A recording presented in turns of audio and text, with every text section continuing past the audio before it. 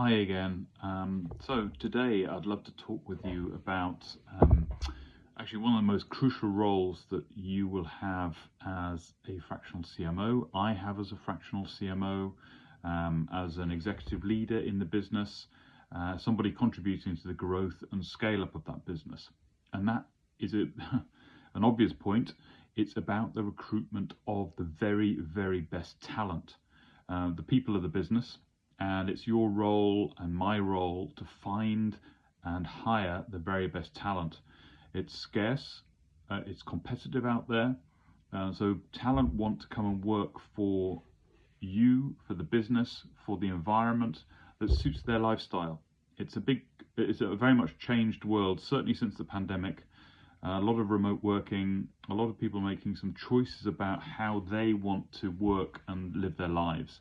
So when it comes to finding talent, it's going to be crucial to work with the right leadership team, understand with working and collaborating very closely with the HR, so the chief people officer or the chief HR officer, regarding the culture and the fit. Because actually the character and behavior and that willingness to drive innovation, growth, and creativity in the business is absolutely crucial. So you need to actually think about how those people can be found, but also brought into the business in a very positive fashion.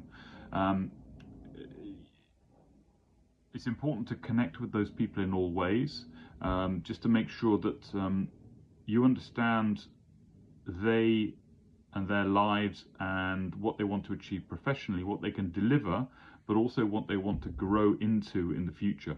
And certainly as a scale-up business, you want them to come with you on your journey, which is really, really key. But they need to be motivated to do that, and they need to be, as I said, of the right character to work and collaborate with other people in the business, whoever they may be. There may be people in other marketing specialisms, or they could be people within business development, sales, the product environment, customer success. It really is endless. Certainly in that kind of environment, it's very dynamic and requires a lot of collaboration across the teams. So, being a talent champion, driving that that humanized based approach, something I've talked about in previous video or podcasts as well, because it's something I'm very interested in, and ultimately the people, as I said, are the business, and they need to be treated in that manner. Also, when it comes to the specialisms within marketing, finding talent that can represent that is, again, a very challenging area. Now, sometimes you will have a combination of people in the business, so their headcount, and that would be something to be discussed with the CEO, the CFO, the chief people officer, around how many people can be brought in. Of course, as part of the budgeting process, but also you will want to have people who are freelancers, people that you can gain access to through sites like Upwork and Fiverr, and there are a number of other sites out there for finding people who can deliver something very quickly, but have a very, very key specialism. And the specialism is vital because it's becoming ever more specialist. If we look at digital marketing for ad placements, whether that be pay-per-click, whether that could be based on LinkedIn, other social media platforms, other ways of syndicating ads across various sites as well. So that's a key area. Social media content and curation of those sites. People have to be enthused about doing that on a regular basis. Retargeting of people using different platforms to make sure that customers can be followed up on. Also, if we look at the advent of AI, how can we automate those kinds of experiences and start to look at some better planning through marketing automation platforms? My experience broadly has been through HubSpot, so that's a platform that I would suggest, and certainly I think it's got some good flexibility around that, not only the marketing automation, but also how they've developed their CRM platform to work with sales as well as part of that marketing qualified lead to sales qualified lead handover, with biz dev and sales dev qualifying in the interim. And then on top of digital marketing, we've got email and content push marketing. Absolutely another area that's really, really key, because it provides a lot of run rate activity. A lot of people provide their email address, of course, and as part of their data profile. So being able to target using email and other content push areas like WhatsApp, using text messages and SMS, other ways of syndicating and driving that connection of your key content and updates overall. It comes back to that planning I mentioned in a previous video around being really, really clear on what the sequences are.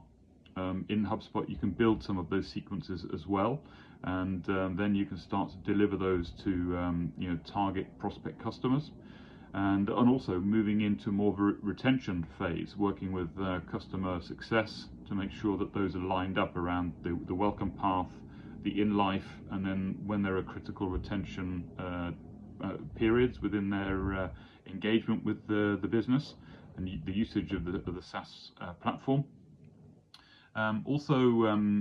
Product marketing, I've also referred to that. I'm a huge fan of product marketing because it is a key lens on the market. It's how the proposition is developed. I had a comment on one of my earlier feeds about the MVP, the medium viable product. So in that earlier phase, how is that developed? But then product marketing are going to be continually understanding the rhythms in the market and that competitive positioning. So additional feature sets and requirements can be developed and then put into that cycle with product management and software development. So product marketing is really, really crucial, and it's a big investment for growth in my view, because of the way we can see a lot of performance from US tech-based companies who have embraced product marketing perhaps in earlier phases, and it's a real professionalism that is required. Things like, it's not all about digital, it's about physical as well, although it's a combination of the two in this sense around events. So you want people who can manage online events, webinars, and similar interactions, but you also need to have physical events, and those could be intimate dinners. I've seen huge ROI from just roundtable dinners, being able to invite some key advocates, customers, but also some key prospects, and people who can then discuss. There are a similar persona profile, so there may be a CTO or a CFO, somebody that you're targeting with your proposition, and they can have a very, very valuable conversation about the things and the priorities that matter to them. But also, of course, your advocates can throw into the mix the importance of your proposition and how that's helped them in terms of their own challenges, their own priorities, but also the growth of the business and cost management, margin enhancement, whatever the indicators are. That's also crucial. And also then in terms of events, it could be up to some big trade shows, big thought leadership events. Some of those can be commissioned by the business if that's budgeted and planned up front. And I'll talk about budgeting in the zero-based approach, where you approach every new year, quarter, whatever the time period is, to make sure that you can actually plan new. Don't just stick with the tried and tested, because that's what's worked in the past. Look forward. What new campaign activities, what new demand generation activities, what new branded marketing, what new communications can take place for the benefit of the business. And on the communications point, content authoring, the creation, the publication, the measurement, and how that's shared across different platforms and with different partners as well. Also on top of that, we've got professional communications people around press and media relations, also analyst relations, investor relations, also very, very important, particularly in when you've got some big investors and also a widening community of investors as well. That's going to be very, very crucial. And I think when it comes back to the talent, it's having the right people at the right time, the right conversations at the right time. It's really, really crucial that you're emotionally intelligent to mental health, priorities, that mix of work and life, and the new demands that talent will place upon, and it's a quid pro quo in terms of they bring the talent. But you've got to be ready as an organization and as a leader to embrace that, but also have that discussion as to what they need to make it work. And that's a crucial role as a modern leader, any leader, frankly, in a people-based and humanized business. So in that vein, also moving forward, I'm a big fan of spending the time on personal development plans, making sure that you can actually develop people over a period of time, and they can provide input to that. And it's an important conversation around how you can help them to identify where they want to improve and where they can improve, and the ambition and that elevating of their skill set and leadership. That's really, really crucial. Also try to influence that and help across the business where you can, attracting talent for other functions, making sure that you're there as an example if people want to approach you and have a conversation, of course.